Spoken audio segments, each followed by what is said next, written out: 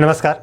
आज के मैं इस वीडियो में आप लोगों को बताऊंगा कि हज़रत मोहम्मद साहब मक्का से मदीना क्यों गए और मक्का से मदीना जाने की घटना को जो हिजरी संवत कहा जाता है वो हिजरी संवत की शुरुआत कहाँ से होती है। तो इन्हीं सभी चीज़ों को मैं आज इस वीडियो में डिस्कस करूँगा। तो चलिए अब देख लेते हैं। देखिए यहाँ ये हमने विश्व का मैप बना रखा है ना। मक्का मदीना कहाँ है, ये चीज़ को तो हमारे हिंदुओं में तो ये लोग बहुत अच्छे से जानते होंगे जिनकी शादी वगैरह हो चुकी है ना।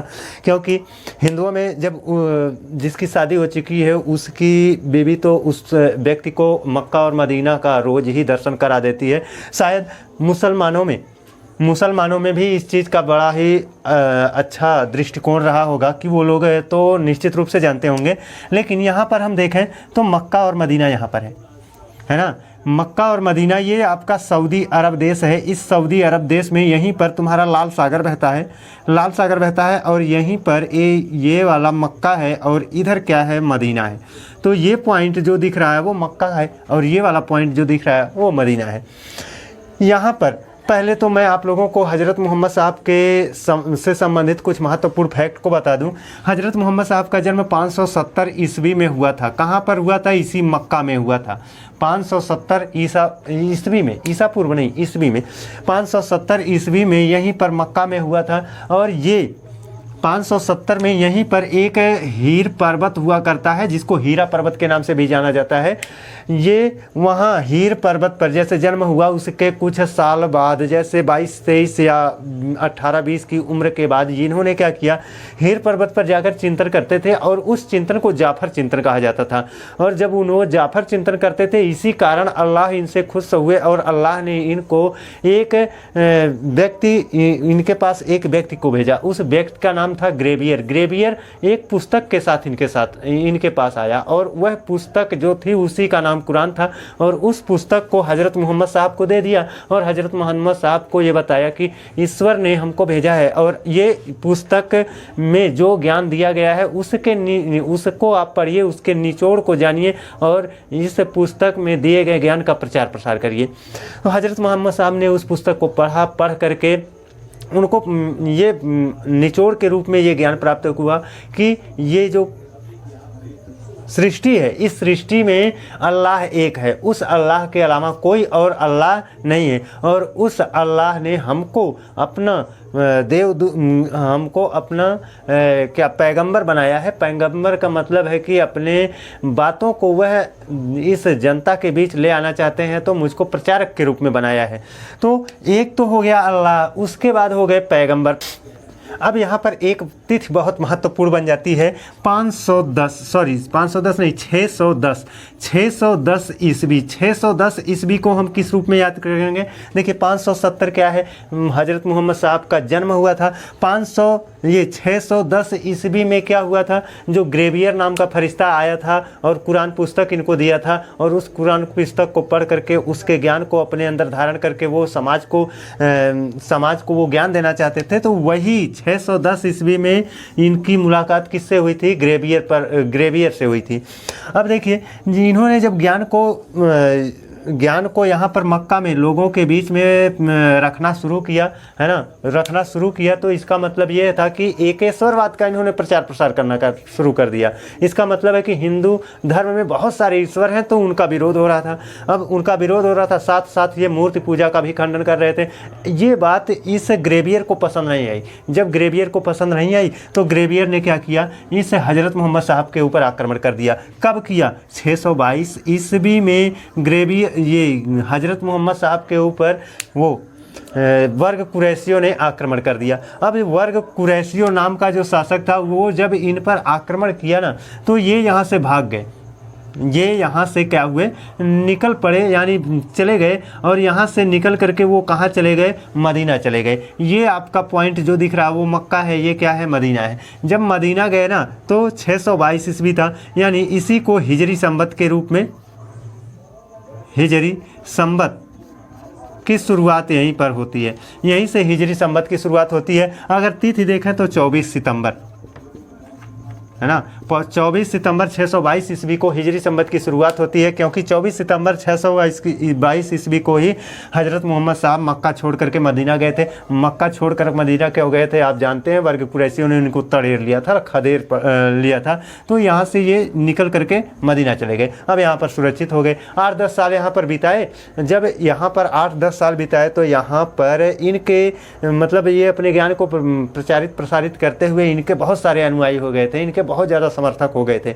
और जब इनके समर्थन का ख्याति यानी इनके समर्थन का जब चर्चा मक्का में भी होने लगा, तब वर्ग कुरैशियों की आंख पुनः खुली कि वो तो ये जो आपका हज़रत मोहम्मद साहब हैं वो तो अभी ज़िंदा है, वहाँ पर है और वहाँ पर उनके बहुत सारे अनुयायी हो चुके हैं। तो यहाँ से ये वर्ग कुरैशियों ने पुनः आक्रमण किया, यानी मक्का वालों ने यहाँ पर पुनः आक्रमण किया। 2 बार तो मदीना वाले इन हज़रत मोहम्मद साहब को छुपा लिए और मक्का वालों को वापस आना पड़ा, लेकिन तीसरी बार जब मक्का वालों ने मदीना पर आक्रमण किया तो इस मक्का वालों को मदीना वालों ने कैद करके और खुद इस पर ये कब्जा कर लिए। अब पूरा का पूरा क्षेत्र किसका हो गया? मदीना वालों का हो गया। और जब मदीना वालों का हो गया तो इसका मतलब हज़रत मोहम्मद साहब का हो गया, है ना। ऐसी जो ये वाली जो घटना है, यानी मक्का से मदीना पर जब आक्रमण किया गया और मदीना वालों ने मक्का वालों को कैद कर लिया, कैद करके इस क्षेत्र को अपने कब्जे में ले लिया, तब सन था 630 ईस्वी। 630 ईस्वी। इसके बाद 632 ईस्वी में हज़रत मोहम्मद साहब की मृत्यु हो जाती है। और जब हज़रत मोहम्मद साहब की यहीं पर मृत्यु हो जाती है तो देखिए अब यहाँ पर हमको एक समझने वाली बात है कि सबसे ऊपर क्या है? अल्लाह है। सबसे ऊपर कौन है? अल्लाह है। उसके बाद क्या है? पैगंबर। पैगंबर के रूप में हज़रत मोहम्मद साहब है ना। पैगंबर के रूप में कौन है? हज़रत मोहम्मद साहब है। और हज़रत मोहम्मद साहब की मृत्यु हो चुकी है 632 ईस्वी में। अब इनके बाद क्या हुआ कि इस्लाम धर्म को और आगे बढ़ाने के लिए खलीफाओं की नियुक्ति होने लगी।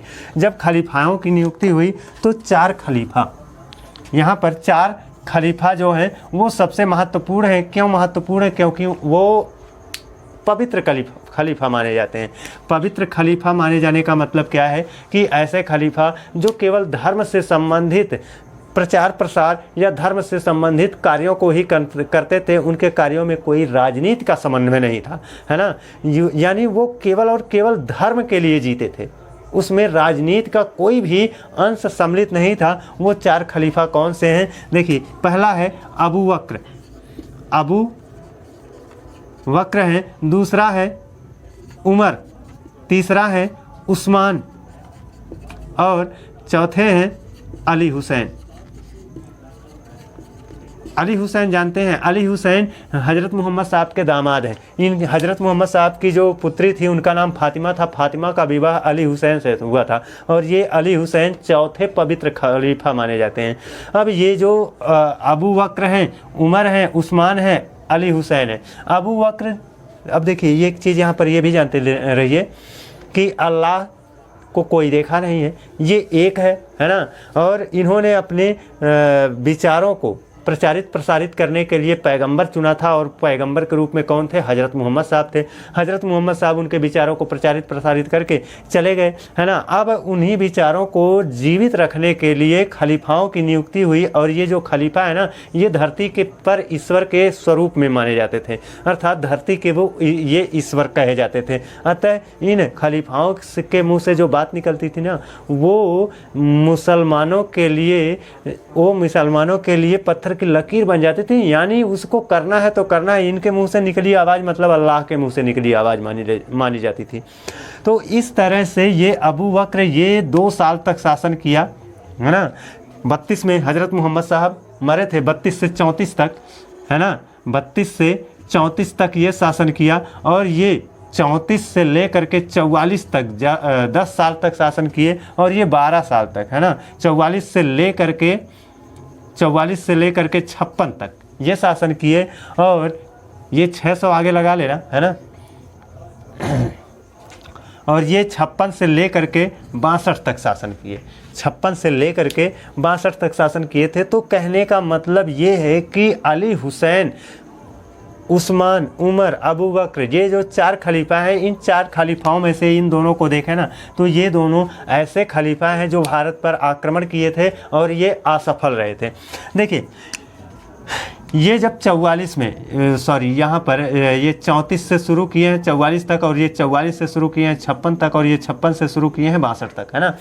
तो यहाँ पर जो ये आपका उमर है ना, वो 34 में 634 में भारत पर आक्रमण किया था। तो देखिए यहीं से वो आक्रमण करेगा, यहीं से आक्रमण करेगा, और भारत पर आक्रमण किया था तो जल मार्ग से किया था, है ना।